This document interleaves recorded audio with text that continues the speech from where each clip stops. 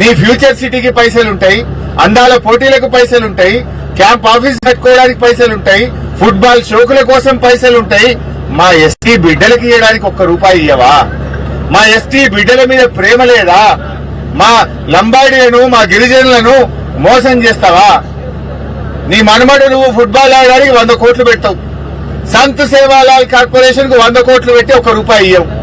అంటే నీ మనమని మీద ఉన్న ప్రేమ ఏందో, మా లంబాడీ మీద ఉన్న ప్రేమ ఏందో అర్థమైతలేదా?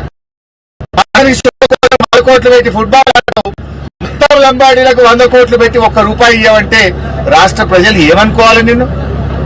ఇదానికి ఎస్టీల మీద ఉన్న ప్రేమ? అందాల పోటీలకు పైసలు వస్తాయి గాని ఎస్టీ కార్పొరేషన్ కు నిధులు ఇవ్వడానికి నీకు మనసు రాదా? నువ్వు 100 కోట్లతో ఇప్పుడు జూబ్లీహిల్స్ లో క్యాంప్ ఆఫీసు, పక్కన 5 కోట్లతో ఫుట్బాల్ గ్రౌండ్ కట్టుకుంటున్నావే, దానికి పైసలుంటాయి గాని మా ఎస్టీలకు ఇవ్వమంటే దేవా? ఇదా మా ఎస్టీల మీద నీకున్న ప్రేమ?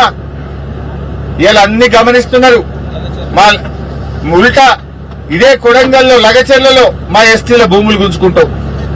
మా ఎస్టీలు భూములు ఇవ్వమంటే దాష్టికానికి పాల్పడి వాళ్ళని 3rd డిగ్రీ ప్రయోగిస్తావు, వాళ్ళని అరెస్ట్ చేస్తావు, జైళ్లలో పెట్టు. మా లంబాడీల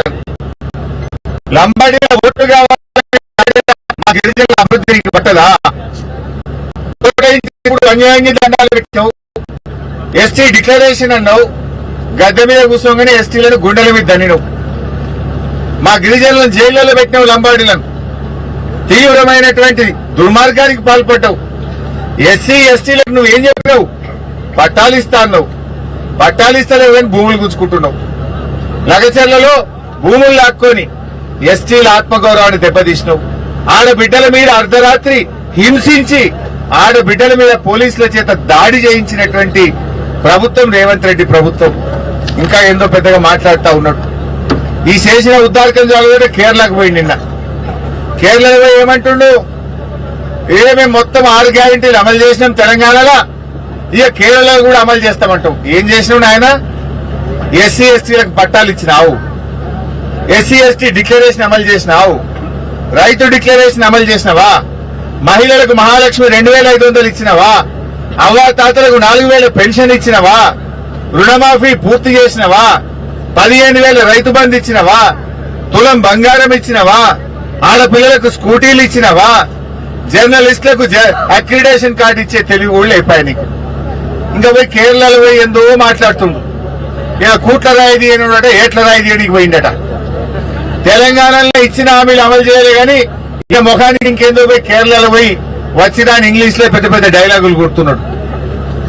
ఎట్లా ఉందంటే ఇంట్లో ఈగల మోత అంటే అదేంది కేరళ పోయి పల్లకిలు మోస్తున్నాడు. తెలంగాణలో ఏం జరుగుతుంది మనం చూస్తలేమా?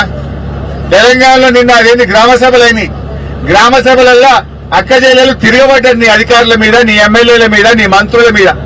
ఏమైంది? 4000 పింఛనని అవ్వా తాతలు గ్రామ సభల్లో నిలదీసిను నిన్ను. ఏమైంది మహాలక్ష్మి పైసలు అని చెప్పి అడుగుతున్నారు.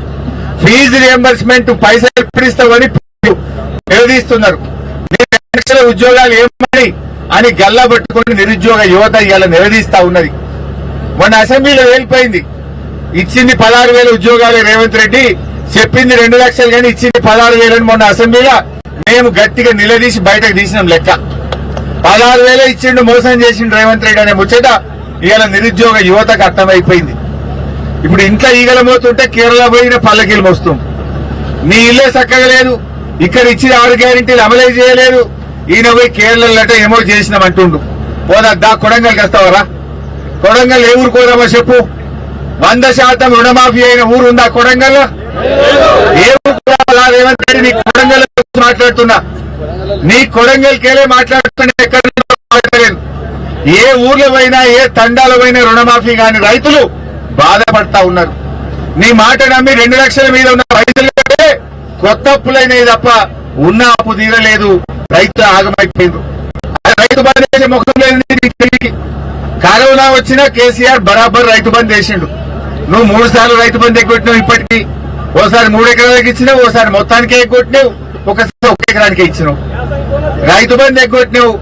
పోయిన యాసంగి బోనస్ ఎగ్గొట్టిండు, ఈ యాసంగి బోనస్ కూడా గోవిందనే. ఈ ముఖం ఇచ్చే ముఖం కాదు, అందుకే సపోర్ట్ చేస్తలేదు. ఇక ఈ అందానికంటే కేరళలో పోయి నేనేమో ఏం పడగొట్టినావు? నువ్వు ఉన్న రైతు బంధు ఉడగొట్టినావు. ఉన్న కళ్యాణ లక్ష్మికి చక్కగా వస్తలేదు, పిల్ల ఉడితే గానీ కళ్యాణ లక్ష్మి చెక్ వస్తలేదు, బతుకమ్మ సీరియల్ బంద్ అయినాయి, కేసీఆర్ కిట్టు పథకం బంద్ అయిపోయింది, బాయికాడ మున్పెట్ లెక్క కరెంట్ వస్తలేదు. నువ్వు చేసిందేమున్నదా? ఉన్నాయి ఊడగొట్టు తప్ప నువ్వు కొత్తగా చేసిందేమన్నా ఉన్నా? అది ఎస్సీ ఎస్టీలకు కనీసం విడుదల చేయకుండా ఇవాళ మోసం చేస్తా ఉన్నావు.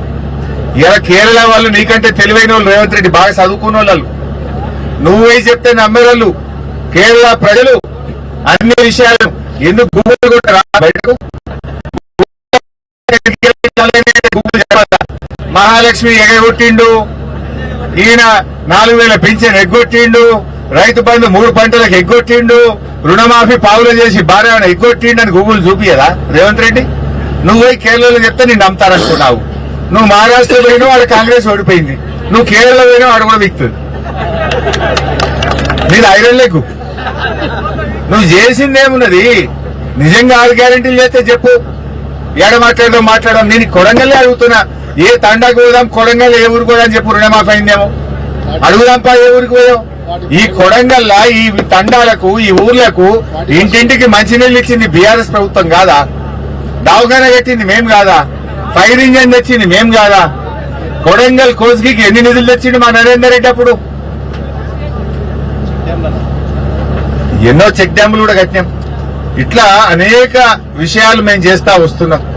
ఇవాళ నువ్వు చేసిందేం లేదు. పాలమూరు రంగారెడ్డి ప్రాజెక్టు మండబెట్టినావు. పాలమూరు రంగారెడ్డి ప్రాజెక్టు కొద్దిగా పనిచేస్తే నీళ్లు వస్తాయి. వాస్తవానికి పాలమూరు రంగారెడ్డిలో ప్యాకేజ్ 3లో కొద్దిగంత పనుండే.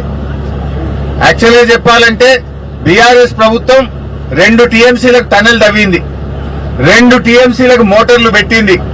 బీఆర్ఎస్ ప్రభుత్వం నార్లాపూర్ రిజర్వాయర్ పూర్తి చేసింది, ఏదుల పూర్తి చేసింది, వట్టెం పూర్తి చేసింది, కరువెన పూర్తి చేసింది.